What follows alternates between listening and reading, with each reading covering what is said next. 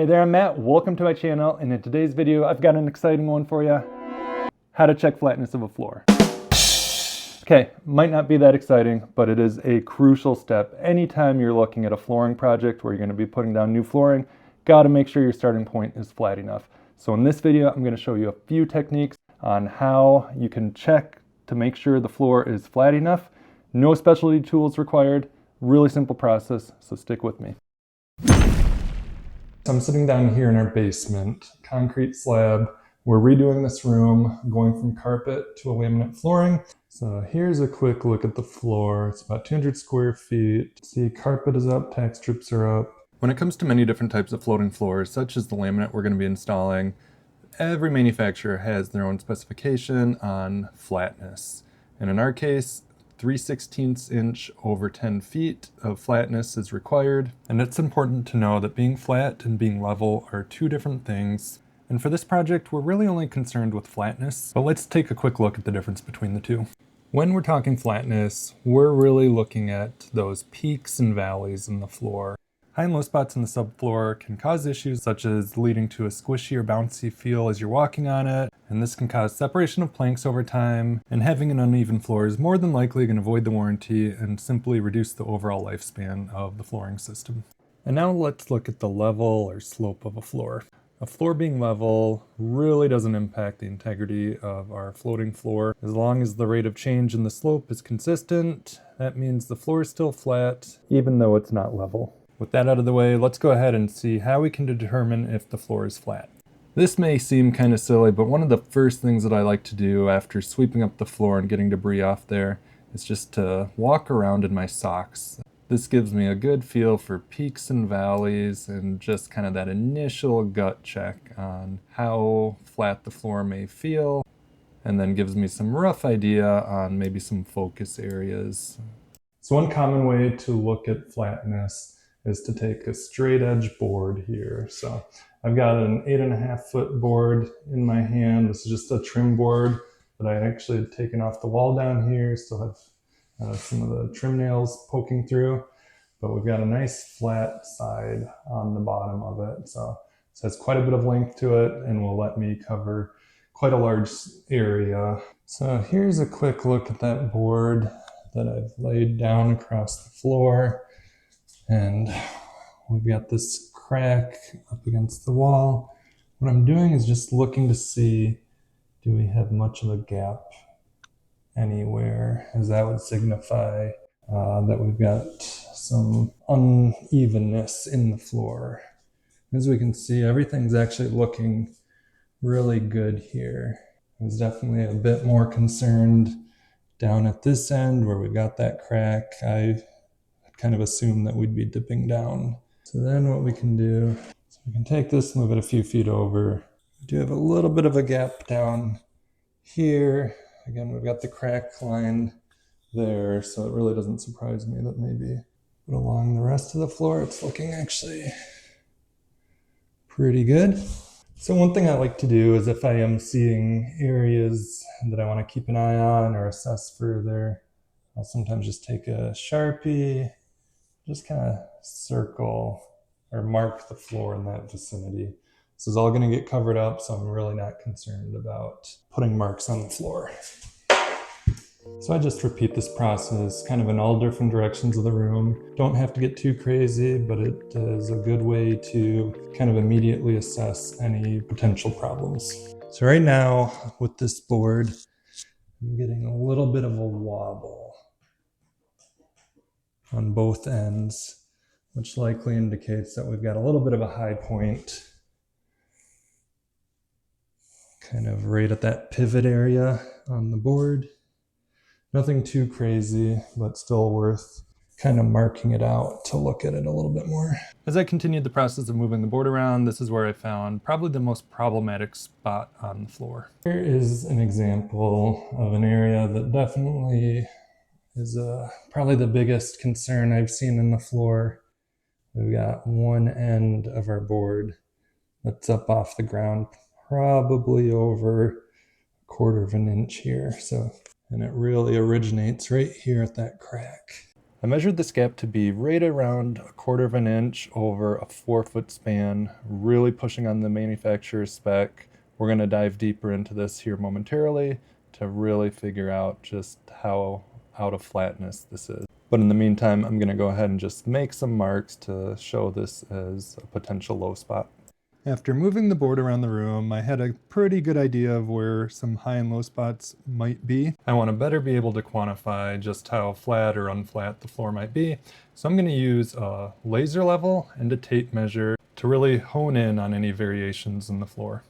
All right, so I just put in a step stool. It really can be anything, a box, whatever you may have right here in the center of the floor, something for our laser level to sit on. So this laser level, I think I got on Amazon for about 40 bucks a few years ago. So the way this thing works is it will put a level line on the wall. You can see it's going across a good section of the wall. We're essentially going to call this position with the step stool and the laser location our reference point, and we'll try to keep that steady, try not to move it. So then what I'll do is I'm taking my tape measure here. I'm just going to go around to various points on the floor, and we've got the laser marking that is showing up here on our tape measure.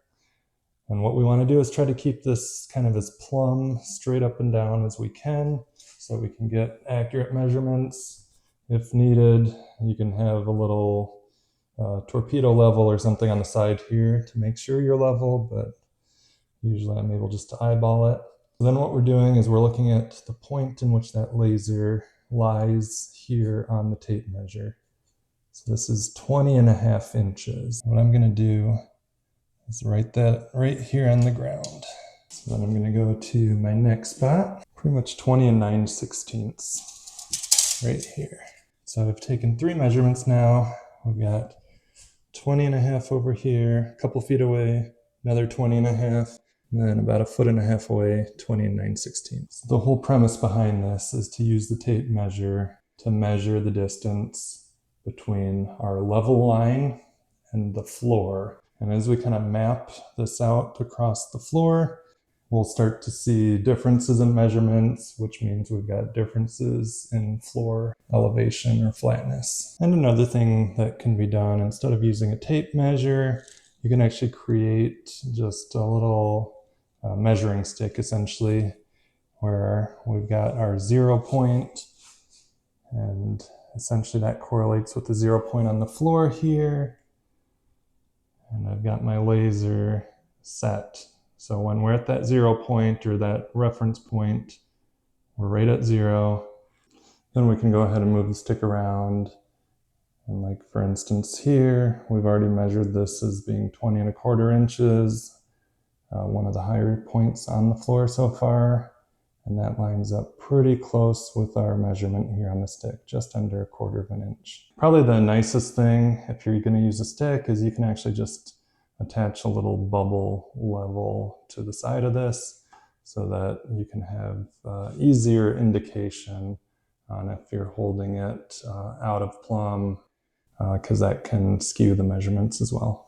I continue on this process throughout the room, especially on some of the areas that I had identified as potential issues as I had been kind of walking the floor and using the straight edge. And with those focus areas, I want to find the boundary of where they kind of start to go out of plane and see the unevenness, because that's going to give me an idea of the scope of work as I'm going to try and flatten things out. And usually I can find those boundaries once my measurements are pretty stable from one point to another.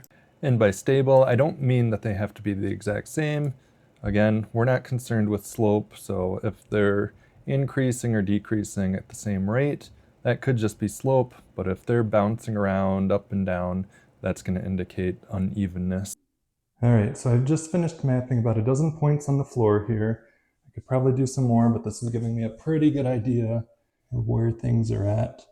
20 3/4, this is my largest measurement on the floor, and it doesn't surprise me, this is where the board showed a pretty large gap. And so that 20 3/4 is indicating, again, the distance from this line down to the floor. So the larger the measurement, the lower the floor is, because you've got a larger distance from that line to the floor.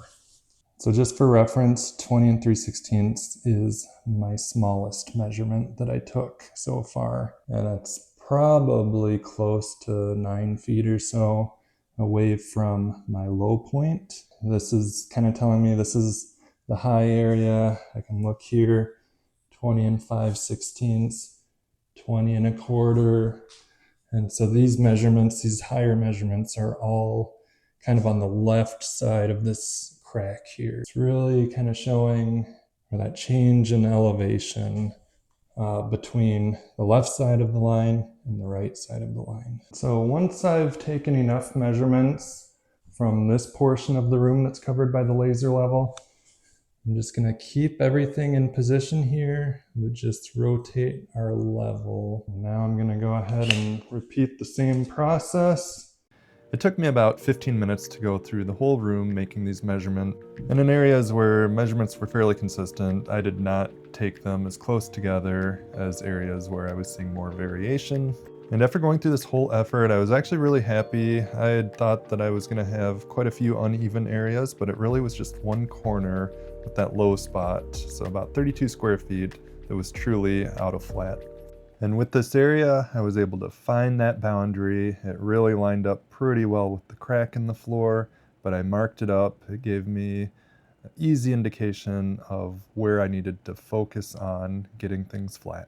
And with this method, it's really helpful in being able to determine the ultimate high and low spots. It's easier than trying to get a long enough straight edge to figure that out. And sometimes even knowing where that ultimate high spot is really helpful. If you're going to be pouring maybe some self-leveler across the whole floor, it gives you an idea of kind of that high spot that you're trying to lift the rest of the floor up to. Now that we've mapped out flatness of the floor, next step is to take action. And in an upcoming video, I'm going to show you the exact steps I took to achieve flatness. I'll tell you, it was a bit of an adventure. And don't forget to subscribe if you're interested in seeing the full transformation of this room. See you next time.